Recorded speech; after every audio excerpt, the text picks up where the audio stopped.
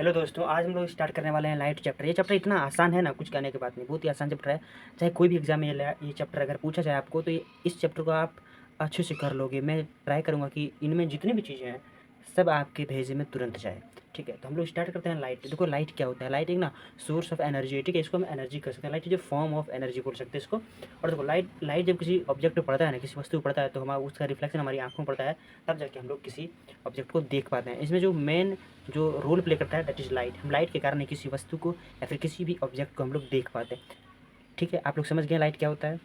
चलिए, देखिए दुनिया में भी कोई भी चीज़ होता है ना, उसका ना कुछ फ़ीचर है। देखिए जैसे कि मैं आपको समझाऊँ कि ये जो मेरे पास ये मार्कर है, इस मार्कर का भी कुछ फ़ीचर है।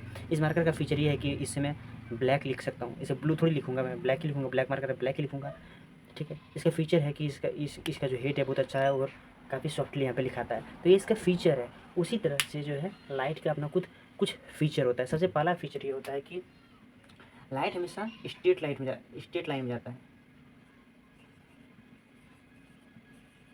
Straight line path. तो लाइट का पहला जो फीचर है वो होता है कि लाइट हमेशा ना स्ट्रेट लाइन में जाता है। अगर देखिए, अगर आपके पास एक पाइप होगा इस तरह करके, ठीक है, अगर आप यहाँ पे फ्लैश से फिर लाइट चलाओगे तो क्या लगता है आपको लाइट यहाँ पे पहुँचेगा? बिल्कुल भी नहीं पहुँचेगा, क्योंकि इसका पाथ जो है स्ट्रेट लाइन नहीं है। तो यहाँ पे लाइट जो है यहाँ पे आके यहाँ पे ऐसे लाइट आएगा और यहाँ पे आके रुक जाएगा, ये पार नहीं होगा लाइट। और वहीं पर अगर मेरे पास एक पाथ हो स्ट्रेट पाथ हो तब यहाँ पे फ्लैश जलाएंगे, लाइट यहाँ से निकलेगा। क्यों? क्योंकि एक स्ट्रेट पाथ है। ठीक है, तो ये लाइट का पहला फीचर है। दूसरा फीचर ये है कि light is a form of energy. ठीक है, अगर आप आगे क्लास में जाओगे ना तो आगे क्लास में आप जाके पढ़ोगे कि लाइट बहुत ही छोटे मोलिक्यूल से बना होता है। ठीक, तो आप लेकिन ये चीज़ें आप आगे क्लास में पढ़ोगे 11th 12th में।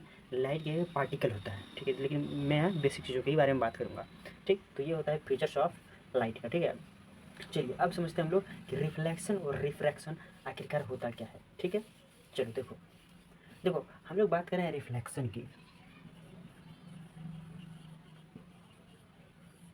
रिफ्लेक्शन, तो देखो रिफ्लेक्शन क्या होता है कि जब हम देखो मान लो तुम्हारे पास एक मिरर है। ठीक है, समतल मिरर जिसमें तुम अपना बियर्ड बनाते हो। ठीक है, ये समतल मिरर है, इसको बोलते हैं प्लेन मिरर। जब तुम एक लाइट यहाँ पे डालते हो ना तो ये रिटर्न चला जाता है, इसी को बोलते हैं हम लोग रिफ्लेक्शन। जैसे ही ये लाइट जाएगा ये रिटर्न होकर इधर से आ जाएगा, उसको बोलते हैं हम लोग रिफ्लेक्शन। रिफ्रैक्शन क्या होता है इसके बाद हम लोग रिफ्रैक्शन के बारे में भी समझेंगे। तो देखो रिफ्लेक्शन, अब इसका ना कुछ लॉ पे बेस्ड होता है ये रिफ्लेक्शन। रिफ्लेक्शन किस पे बेस्ड होता है? कुछ लॉज के पे बेस्ड होता है ये रिफ्लेक्शन, और उसको बोलते हैं हम लोग लॉ ऑफ रिफ्लेक्शन। ठीक है, क्या बोलते हैं हम लोग? Law of reflection. तो देखो समझो लॉ ऑफ रिफ्लेक्शन क्या होता है। देखो मान लो कि तुम्हारे पास एक प्लेन मिरर है। कौन सा मिरर है? Plane mirror.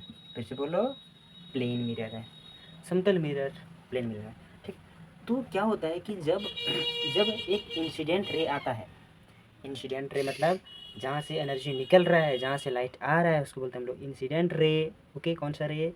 हेरे उरे नहीं, इंसिडेंट रे बोलते हैं। तो जैसे ही इंसिडेंट रे आता है ये रिफ्लेक्ट हो जाता है। अभी मैंने क्या बोला? आप एक लाइट डालोगे तो वो रिफ्लेक्ट होगा। ठीक है, उसको बोलते हैं हम लोग इंसिडेंट रे, उसको बोलते हैं हम लोग रिफ्लेक्टेड रे बोलते हैं। Reflected ray. क्यों रिफ्लेक्टेड रे बोलते हैं? क्योंकि रिफ्लेक्ट होता है। Okay, reflected ray, incident ray,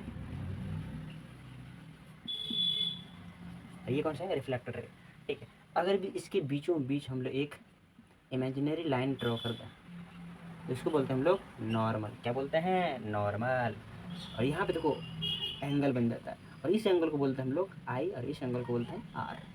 okay, अब देखो लॉ ऑफ रिफ्लेक्शन क्या कहता है वो ध्यान से सुनो। लॉ ऑफ रिफ्लेक्शन का दो लॉ है। कितने लॉ है? दो लॉ है गाइस, याद रखना, दो लॉ है।